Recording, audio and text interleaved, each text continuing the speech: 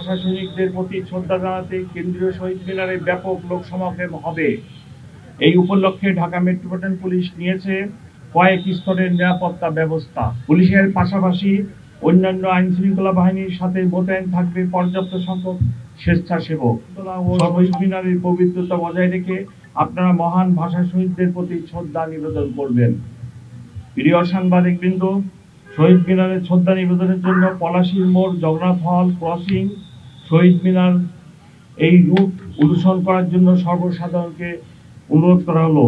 শহীদ মিনারে শ্রদ্ধা নিবেদনের জন্য পলাশীর মোড়, জগন্নাথ হল ক্রসিং, শহীদ মিনার এই রুট অনুসরণের জন্য সর্বসাধারণকে অনুরোধ করা হলো। এর বাইরে অন্য কোনো রাস্তা দিয়ে শহীদ মিনারে প্রবেশ করা যাবে না। শৃঙ্খলা ও নিরাপত্তার স্বার্থে এটি সবাইকে মেনে চলতে হবে। শ্রদ্ধা নিবেদন শেষে শহীদ মিনার থেকে রোমানা ক্রসিং হয়ে দোয়েল চত্বর অথবা চাঙ্কাপুল হয়ে শহীদ মিনার ত্যাগ করা যাবে। মহামান্য রাষ্ট্রপতি, মাননীয় প্রধানমন্ত্রী ও রাষ্ট্রের গুরুত্বপূর্ণ ব্যক্তিবর্গের শ্রদ্ধা নিবেদন রাত আনুমানিক 12:40 দিকে শহীদ মিনার সর্বসাধারণের জন্য উন্মুক্ত করে দেওয়া হবে। ততক্ষণ সকলকে শৃঙ্খলার সাথে ধৈর্য ধারণ করার জন্য অনুরোধ করা হবে। সাংবাদিক বিন্দু, কয়েকদিন পূর্বেই অনুষ্ঠিত হয়ে গেল ত্রয়োদশ জাতীয় সংসদ নির্বাচন। আপনারা দেখেছেন অত্যন্ত সুন্দর এবং সুশৃঙ্খল পরিবেশে জনগণ ভোট কেন্দ্রে এসে ভোটাধিকার প্রয়োগ করেছেন। কোথাও কোনো নিরাপত্তা সংখ্যা ছিল না। অমর একুশের অনুষ্ঠানেও কোনো নিরাপত্তা সংখ্যা নেই। তথাপি আমাদের নিয়মিত মোতায়েনের পাশাপাশি সোয়াট, dog squad, bomb disposal team, crime scene unit সার্বক্ষণিক প্রস্তুত থাকবে। এছাড়া গোয়েন্দা নজরদারি সহ সাইবার মনিটরিংও জোরদার করা হবে। প্রিয় সাংবাদিকবৃন্দ, আপনাদের মাধ্যমে সম্মানিত নগরবাসীর নিকট আমার অনুরোধ, শহীদ মিনারে কেউ কোনো ধরনের ধারালো বস্তু বা দাহ্য পদার্থ বা বিস্ফোরক দ্রব্য নিয়ে আসার চেষ্টা করবেন না।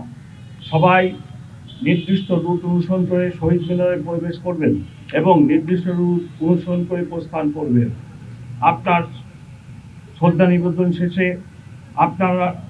নিবেদন শেষ হলে অন্যকে সুযোগ দিন এবং শৃঙ্খলা বজায় রাখুন। প্রিয় উপস্থিতি, নিরাপত্তা ও শৃঙ্খলার স্বার্থে সন্ধ্যার পর থেকে ঢাকা বিশ্ববিদ্যালয় এলাকায় প্রবেশ পথে কিছু ডাইভারশন চালু থাকবে। ঢাকা বিশ্ববিদ্যালয় এলাকায় বসবাসকারী শিক্ষক, ছাত্র, কর্মকর্তা, কর্মচারীগণ সেসব ট্রাফিক নির্দেশনা অনুসরণ করে আমাদের সহযোগিতা করবেন। আপনাদের সকলকে আন্তরিক ধন্যবাদ ও কৃতজ্ঞতা। মহান শহীদ দিবস ও আন্তর্জাতিক মাতৃভাষা দিবস উপলক্ষে মূলত আমরা 7টি জায়গায় আমরা ট্রাফিক ডাইভারশন দিব। আমাদের শাহবাগ ক্রসিং, নীলক্ষেত ক্রসিং, শহীদুল্লাহ হল crossing, high court crossing, Chankharpul crossing, Palashi crossing এবং বক্সিবাজার ক্রসিং, এই জায়গাগুলোতে আমাদের ডাইভারশন থাকবে। এবং এই ডাইভারশনের পরে আমরা ওখানে প্রত্যেক ডাইভারশনে আমাদের লোক থাকবে, নির্দেশনা থাকবে যে কোন দিক দিয়ে আমাদের যাওয়া চলাচলটা হবে।